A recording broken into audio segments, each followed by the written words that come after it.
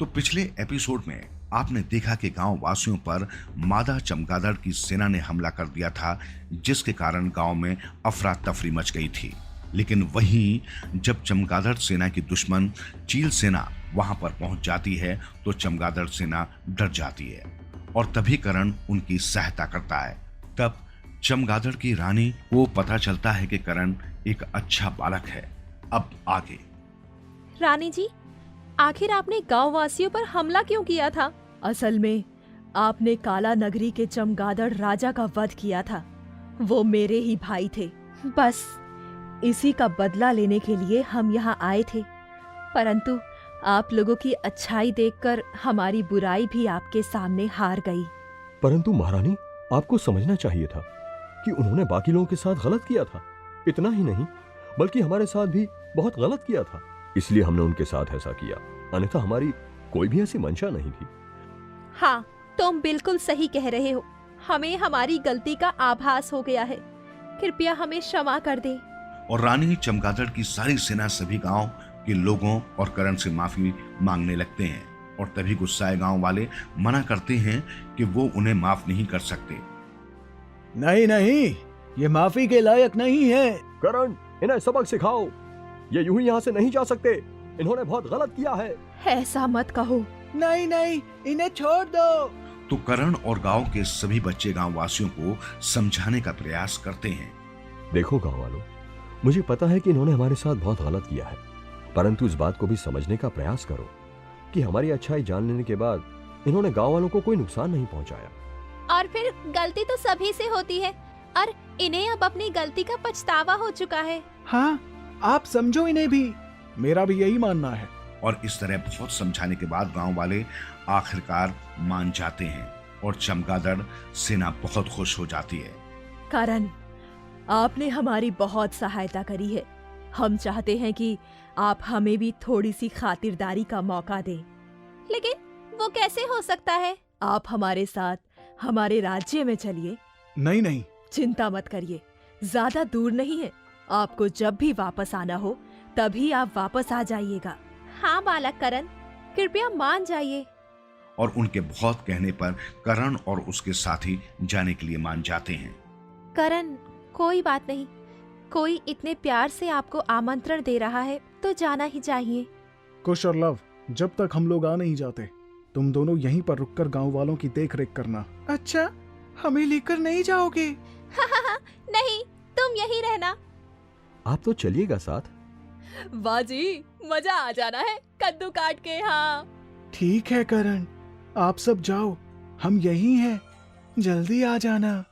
उसके बाद मित्र सरदार सरदारनी चमगादड़ रानी के साथ वहां से उनके राज्य में चले जाते हैं। उनके राज्य में पहुंचते ही उन सभी का बहुत ही आदर सम्मान किया जाता है और प्यार से स्वागत किया जाता है। आओ बच्चों, आपका स्वागत है। फिर चमगादड़ रानी सारी बातें अपनी माँ को बताती है, जिसके बाद उसकी माँ बच्चों से शुक्रिया अदा करती है। सब लोग बैठते हैं और कुछ बातचीत करते हैं। कुछ घंटे बाद शाम हो जाती है और भोजन का समय हो जाता है। भोजन तैयार है महारानी। ठीक है, हम अभी आते हैं। चलो साथियों। और सभी लोग रानी के साथ भोजन कक्ष में चले जाते हैं। शेर से पंगा और तेंदुर से दंगा महंगा पड़ सकता है। दंगा? हम कोई दंगा नहीं कर रहे। नहीं रानी साहिबा, वो ऐसे ही बोलते हैं, ये तो उनका अंदाज है। अच्छा अच्छा, हाँ जी, कद्दू काट के। आप सभी काफी मजाक करते हो। इसके बाद सभी लोग भोजन करते हैं और तभी सभी की नजर कमरे में रखे हुए एक पारदर्शी ताबूत में जाती है, जिसके अंदर एक मादा चमगादड़ की मूर्ति थी। ये कौन है रानी साहिबा? ये मेरी बहन आमला की मूर्ति है। तो भोजन खत्म होने के बाद अचानक ताबूत में रखी हुई वो मूर्ति जिंदा हो जाती है और जिंदा होने के बाद ताबूत से निकलकर चमगादड़ रानी के बगल में बैठ जाती है। ये देखकर सब लोग चौंक जाते हैं। मुझे भूख लगी है, बहुत भूख लगी है।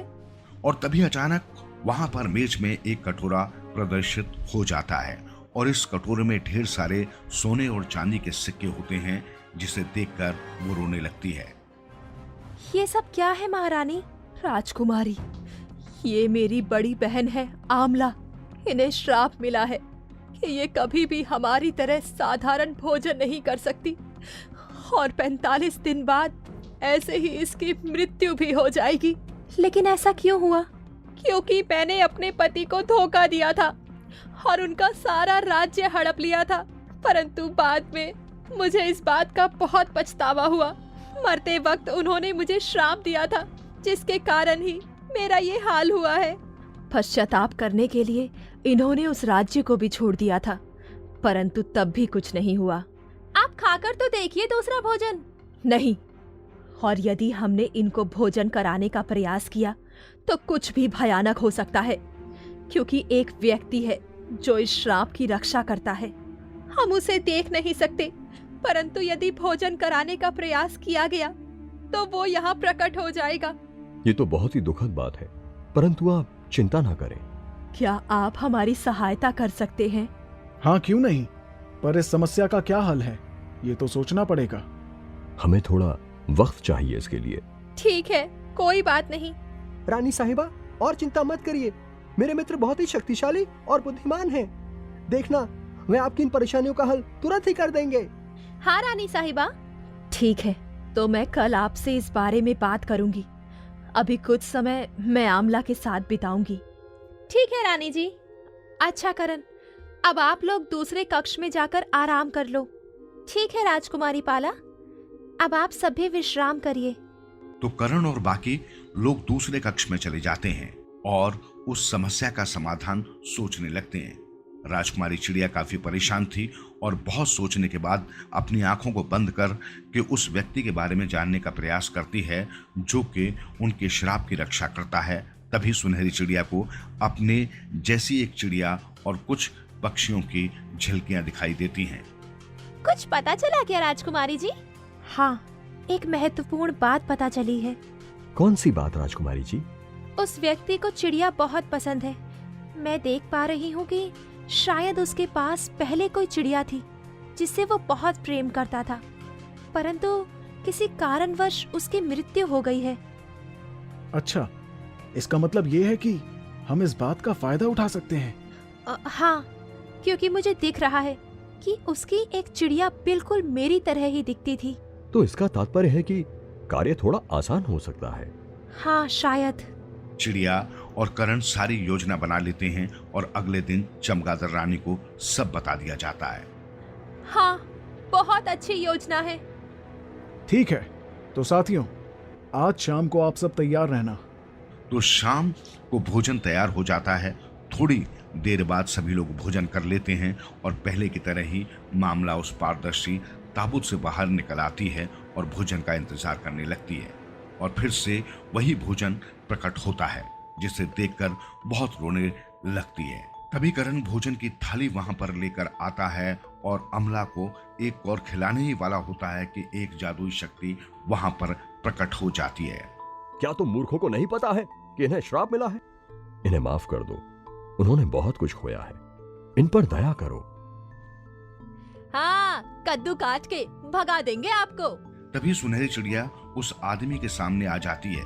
इसे देखकर वो व्यक्ति स्तब्ध रह जाता है क्योंकि उसके पास बिल्कुल ऐसी ही एक चिड़िया थी जिससे उसे बहुत ही लगाव था, लेकिन वो जानता था कि ये उसकी चिड़िया नहीं है। देखो, उन्हें जाने दो।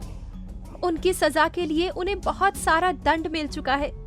इसके अलावा यदि तुम चाहते हो कि उन्हें दंड मिले तो कृपया उन्हें ऐसा दंड दो जिससे वो कम से कम भोजन तो कर सके। इनको भूखा रखकर उनकी जान लेने का हक तुम्हें नहीं है। परंतु मुझे खास इस कार्य के लिए रखा गया है और मैं अपने मालिक के साथ धोखा नहीं कर सकता। माना कि वो तुम्हारे मालिक है, परंतु शक्ति तो तुम्हारी है ना।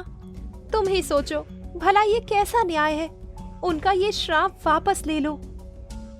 और ऐसे ही राजकुमारी चिड़िया उसे न्याय का पाठ पढ़ाने लगती है और इसी बीच करण अमला को भोजन का एक और खिला देता है। अरे, ये क्या किया? हाँ, अब इनका श्राप टूट चुका है ना? हाँ, मैं तुम्हारी बात से सहमत हूँ प्यारी चिड़िया, इनका श्राप टूट गया है। अमला खुशी से अपनी बहन को गले से लगा लेती है। वहीं सभी बहुत खुश हो जाते हैं चमगादड़ रानी का यह किस्सा यहीं खत्म होता है। लेकिन अभी करण की मुसीबतें खत्म नहीं हुई थी। देखिए क्या होता है अगले एपिसोड में।